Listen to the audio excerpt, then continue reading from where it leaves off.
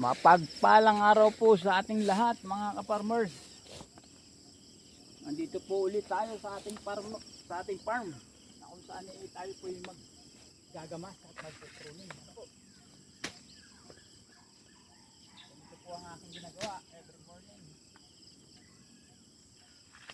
At ito naman po ay ating ipupruning. Ganito po ang pagpupruning. Yung nasukling na sanga sa tigkabilang gilid ay tinatanggal. Kung meron po kayong kambing, maganda sa kambing. Mapapakinabangan po ng kambing yan. Sa ngayon ho, hindi pa pwede ang kambing dito at kakainin po ang dahon. Pag ito'y tumaas na, maganda na po yan. Ang gagawin nyo lang ho, pag mataas na ang damo, bawasan nyo ang damo sa gilid ng linas. At yung mga bagin, ano po? Ito po hindi kahirapang gawain. Importante pag mainit na, nakakainin po yung kung kaya ng balat nyo. Ang init, nasa sa inyo po yung wala akong pilitan ito. Kailangan lang mo dito pagandahin, alagaan para hindi naman po tayo masayang ang pagod. Ano po? Dapat lang every morning ganito po ginagawa ko. Magtataba, magpo-pruning, yan ang aking gawain. Yan na umiikot ang aking mundo. Pero pagdating naman po ng aking tinatarget na day, na year, ay maaliwan na po. Kakabiro na po tayo ng iba pang negosyo.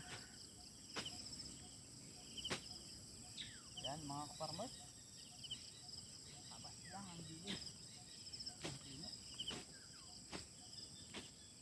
Ito po kasi may sili, kaya hindi ko masaigin sa yung damo. Baka tamaan po yung sili.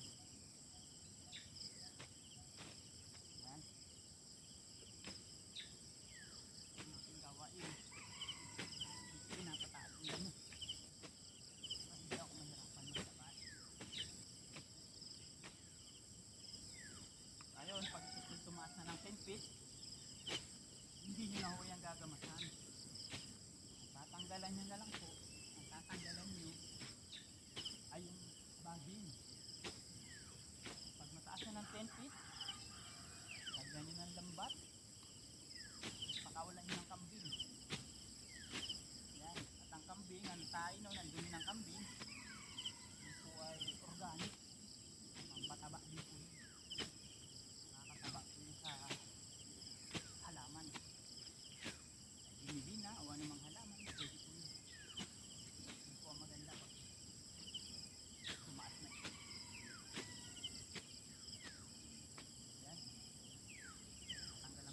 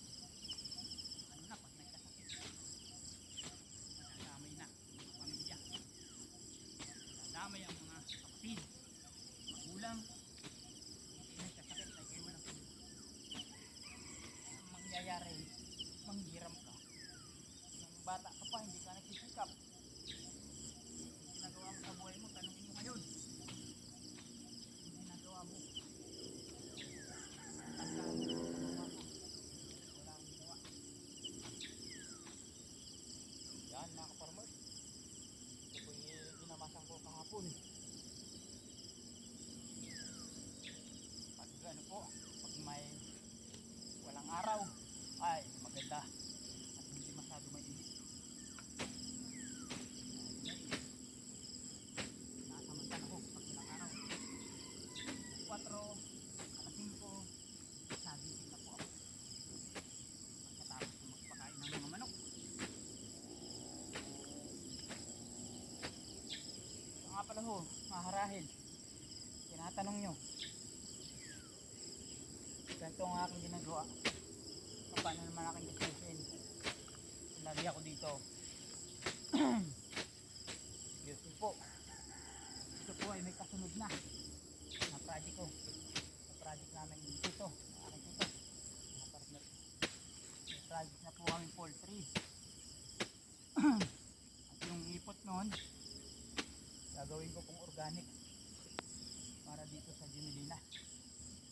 At yung kikitain po noon, ay meron na po tayo yung pandastos pang araw-araw. Sa ngayon po, test lang mga ka-farmers. Wala pa tayong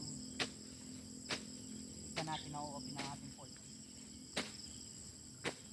Ang poultry po ay paitlogin para everyday may kita po.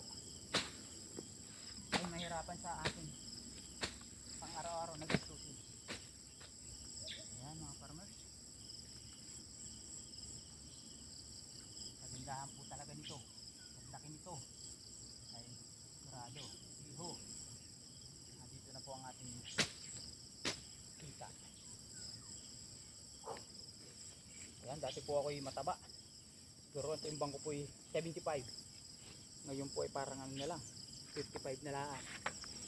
Dahil every morning may papawisan po ako. Ngayon, hanggang dito na lang mga ka-farmers. Maraming salamat po sa ating lahat.